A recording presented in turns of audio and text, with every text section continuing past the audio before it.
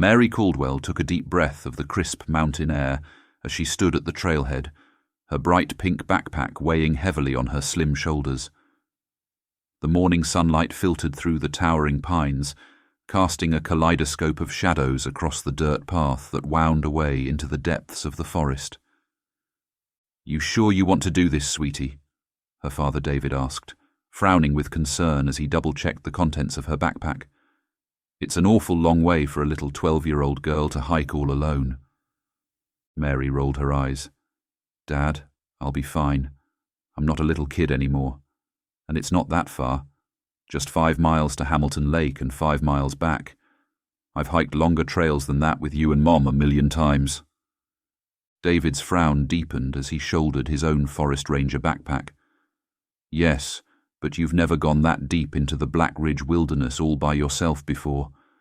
These woods, they can be treacherous for the inexperienced. Unforgiving terrain, wild animals, injuries far from help."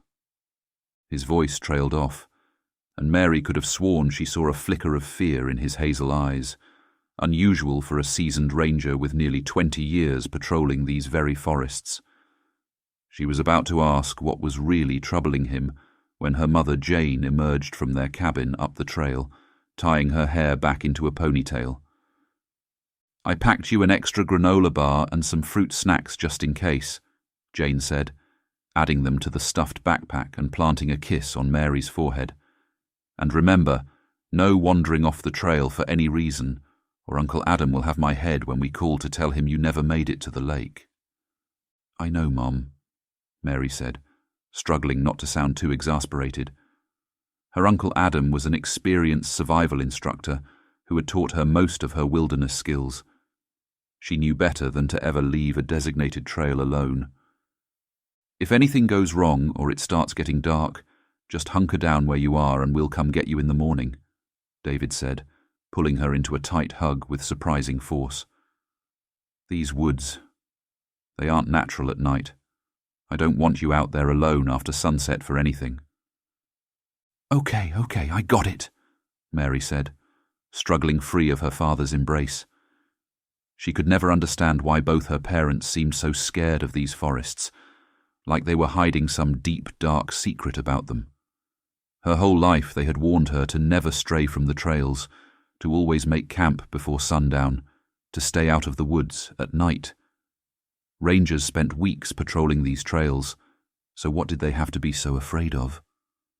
Pushing the thought aside, Mary gave them both one last smile and wave before turning to face the trailhead. This was her first real solo hike, a rite of passage for a 12-year-old backpacker. She couldn't wait to get out there on her own, to experience the solitude and independence of the forest without her parents worrying over her every 5 minutes. With a whoop, she took off down the trail at a brisk pace, her boots crunching on the rough dirt path. Several hours later, Mary had covered most of the 5 miles to Hamilton Lake. She was perspiring heavily from the steep climbs and uneven terrain, but felt energized by the exercise and fresh air. All around her towered ancient fir and spruce trees, blotting out the sun with their thick boughs and giving the undulating trail a shadowy, primordial feel. Mary stopped for a snack, shedding her backpack with a groan of relief and sitting on a mossy fallen log to catch her breath. She pulled out a granola bar and gulped from her water bottle, reveling in the silence of the deep woods. A curious chipmunk approached, whiskers twitching, and she tossed it a few crumbs with a smile. "Hey there, little guy, coming to join me on my big solo adventure?" she asked, watching as the chipmunk gathered up the crumbs in its tiny paws. Her eyes widened as a second chipmunk hopped into view, soon followed by a third, and then a fourth. Within seconds, dozens of chipmunks were emerging from the underbrush and fallen logs, beady eyes fixed on the oblivious girl. Then there were squirrels, raccoons, rabbits, even a marmot or two, all of them completely silent, utterly still as they encircled the bemused hiker. Mary froze, the half-eaten granola bar falling from her hand as waves of unease washed over her. Hi there, everybody," she said slowly, looking around at the bizarre gathering of woodland creatures. Her fingers inched towards her backpack, where she'd stowed the small knife her uncle had given her. A chipmunk chittered sharply, and the movement ceased, the animals simply staring at her unblinking from every angle. A twig snapped behind her, and Mary whirled, heart pounding, to see an enormous grizzly bear towering over her, fangs bared in a terrifying snarl. She gasped and scrambled to her feet, stumbling backwards, and that's when she saw them. The eyes.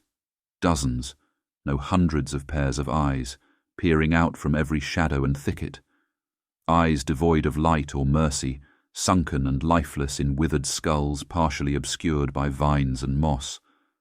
They blinked slowly, lazily tracking Mary's panicked movements, silently mocking her horror.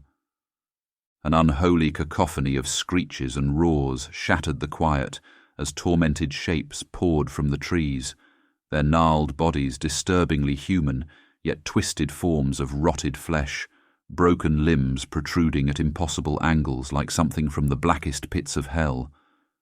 Rancid claws reached for her, bony fingers grasping, and a wet, sickeningly organic stench overwhelmed Mary's senses just before the first ones were upon her. She didn't even have a chance to scream before the foul abominations bore her to the ground in a tangle of slashing talons and snapping jaws.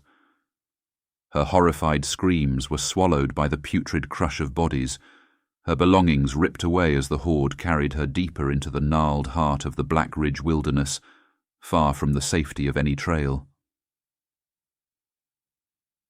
David Caldwell hugged the soft green jacket tighter as he stared into the dying fire, the cabin walls offering little comfort against the pitch-black void of the forest night. Nearly 20 years as a ranger, and he still couldn't get used to this part of the job, this long, dreadful wait for dawn to break when one of his own was trapped out there in the dark, with the things in these woods. "Any word yet?" He jumped at the sound of his wife's hoarse whisper as she joined him at the fire, her terrified expression mirroring his own in the flickering light. He shook his head grimly. Not a peep on the radios from the search party, but it's still too dark for them to really get anywhere off the trail anyway. We'll just have to wait until... A faint scream cut him off as clear as day, a shrill cry of pure terror that curdled his blood and made the hairs on his neck stand on end. They both froze, desperately hoping it was just some far-off nightbird or squirrel, until another shriek pierced the inky blackness, even closer now. A child's scream, one they knew all too well. "Mary!" Jane cried, bolting for the front door before David could react, fumbling with the handle as her husband grabbed her arm to stop her. "Jane, no! You can't go out there, it's too late, it's too dark. You'll never reach her in time." "But she's out there alone, David. She's alone with those things," she sobbed, collapsing against him in despair as a third scream echoed just outside, seeming to come from every direction at once. "Oh God, our baby. She never should have gone alone." Choking back tears of his own, David steered his trembling wife to the couch and grabbed his rifle from its rack on the wall. Already they could hear the first inhuman shrieks and howls closing in from the darkness beyond the cabin windows in response to the child's dying screams, an ever-tightening noose of terror. He racked the shotgun and checked the other weapons stowed throughout the cabin, hatchets, flares, handheld flamethrowers, everything they'd need for what was to come. Whatever might remain of his daughter would never be found before daylight, that he already knew. But maybe, just maybe, part of Mary still had a chance. If David could just hold the line until dawn. All through the black hours of that interminable night, a hurricane of abject terror raged outside the stout wooden walls. Bone-chilling howls and eerie scraping noises echoed from every side as the unseen entities prowled just beyond the feeble glow of the cabin lights, clawing and gnashing in a frenzied lust. At times the sound of muffled voices or a child's faint whimpering could almost be made out, taunting the tormented parents with faint hope before dissolving into a cacophony of inhuman shrieks and horrific organic sounds that defied description. Jane spent most of the night huddled on the floor, weeping softly and clutching Mary's stuffed bunny, while David stood stoic guard, grimly checking and rechecking the defences at every window and door. He lost count of how many times he had to hold his trembling rifle on some fleeting movement or shadowy shape clawing at the outer walls, the barrel sweeping back and forth as he fought the rising dread with grim determination. Only decades of hard-won survival experience kept the terror at bay and the finger off the trigger, for discharging a weapon would draw every horror within miles directly upon them. When at last the first pale rays of dawn crept over the black forest ridge in a sullen grey haze, the cabin had taken on the feel of a besieged bunker. Streaks of brackish slime crisscrossed the exterior logs, scraped claw marks scored the shuttered windows, and the stench of rot and decay hung like a miasma over the entire clearing. Every surface was coated in a damp, viscous resin that seemed to seep from the very earth itself, pooling in corners and slowly creeping along the floor in random rivulets. A series of heavy chains and locks secured each entrance, and door frames were reinforced with steel braces, yet still the hunters lurked just outside, dissonant howls drifting through the cracks with the morning fog. The moment the pale sun cleared the ridge, David was up and pulling on his heavy waxed jacket and boots, checking his ammunition and survival pack with a sense of weary determination. Despite Jane's frantic pleas and assurances that searchers would soon be on their way, he knew the horrible truth, that no one else would set foot in these cursed woods until he returned. He was on his own for this. With a final grim nod, David slipped out the front door into the ghastly overcast morning, immediately assaulted by the rancid stench of death and decay. To the west, an inky black fog roiled and churned in the valleys below, dense as coal smoke and choked with unspeakable whispers. Already bestial shapes were moving through the gloom, twisted silhouettes of things that could not be of this earth. As he moved deeper into the murky forest, the horrors intensified tenfold.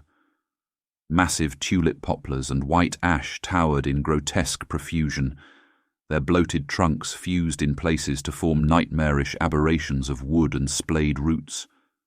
Fungal mats and webbed veins of virulent mycelia pulsed between the fluted ranks of the trees, released foul clouds of soporific spores with each footfall.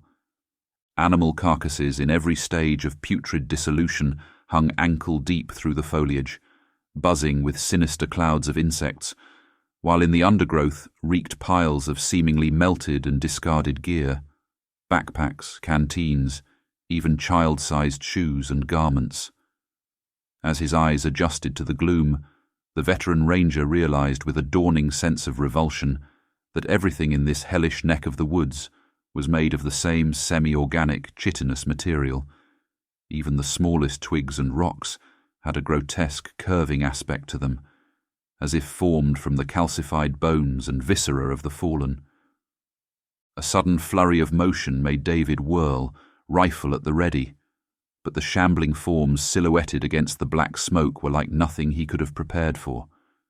Twisted nightmares of desiccated flesh, bone shards and fungal skeins, shambolic loped on broken stumps, their fleshless maws agape in endless wails of anguish. Segmented limbs trailed visibly pulsating tendrils of sinew, while sunken orbs of gelatinous darkness slubbed in empty sockets below fragments of cracked skull. These were the true denizens of this blighted woodland, the hunters in the shadows, the claimants of any unwary soul who strayed too far from the path. Here and there among the eldritch host loped disturbingly familiar figures, their ruined child-sized frames and severed youth-sized limbs marking them as fresh additions to the ranks. David saw a tiny set of pink plastic shoes squelching through the decay at the feet of one particularly wretched specimen, and nearly retched. They were Mary's hikers, her beloved Dora the explorer kicks. Shaking with rage, He lifted his rifle and opened fire into their midst, the report of the fusillade shattering what little calm remained. As gobbets of ichorous filth exploded from each solid hit, the horde scattered in all directions with surprising swiftness, trailing ropes of stringy decay as their keening lamentations faded into the gloom. In their wake, a fresh wave of buzzing and rustling overtook the murky wood as countless smaller horrors surged forth. Skittering and pulsing in the virescent murk came abominable things, segmented things, great heaving arachnid shapes with too many jointed limbs and slick carapaces that caught the pallid light in flashes of violet, orange and green. And among them, ever present, were the half-glimpsed forms of disjointed children, lidless eyes agape in silent screams.